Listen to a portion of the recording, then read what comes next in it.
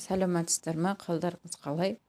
Жәндік, бұл жәндік қандала. Қандала негізі ағаштың арасында болмайды. Басында басталған кезде ол диванда болады. Және дұрыс дәрленбеген жағдайда, өте көбейіп кеткен жағдайда осылай кетеді. Бұл пәтердің иесі гектар деген порошокты алып шашқан. Өзі бір комментарийде жазылған екен, гектар деген соны оқығанды. Солай шашқан, мен оны өшіріп тастадым. Сол гектарды шашқан кезде түкте өлмеген, наоборот көбейіп кетті дейді. Өйткені тығылып жатқандардың бәрі қабырғаларға мініп алған, қабырғалардың бұрыш-бұрыштарына кірген, және мына столдардың, ағаштардың қуыстарына кірген.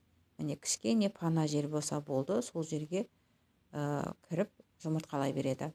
Қабырғаларда, плинтустардың астында және подоконниктің астыларында болды. Кілемдердің жан-жағында, көрпе-көрпешелерінде солай өте көбейіп кетті. Жаңағы пока дәріні сатып алып, оны шашып жүрген кезде уақыт өтті, әрине. Уақыт өткен кезде ол көбейді.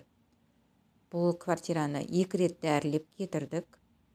Бір дәрілеген кезде жақсы әсер болды. Екінші рет дәрілеген кезде де тағы да 2-3 жүрді. 99% бір жасағанда өлді. Қалған 1-2 деп жүргендерін екінші барып дәрілеген кезде кетірдік. Солай.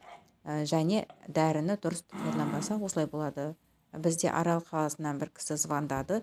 1 литр дәріні 60 литр суға араластырыпты, бәрін шашып тастапты.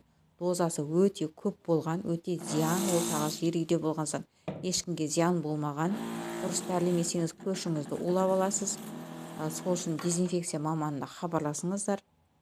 Көршілермен ойлассаңыздар өтіпті жақсы.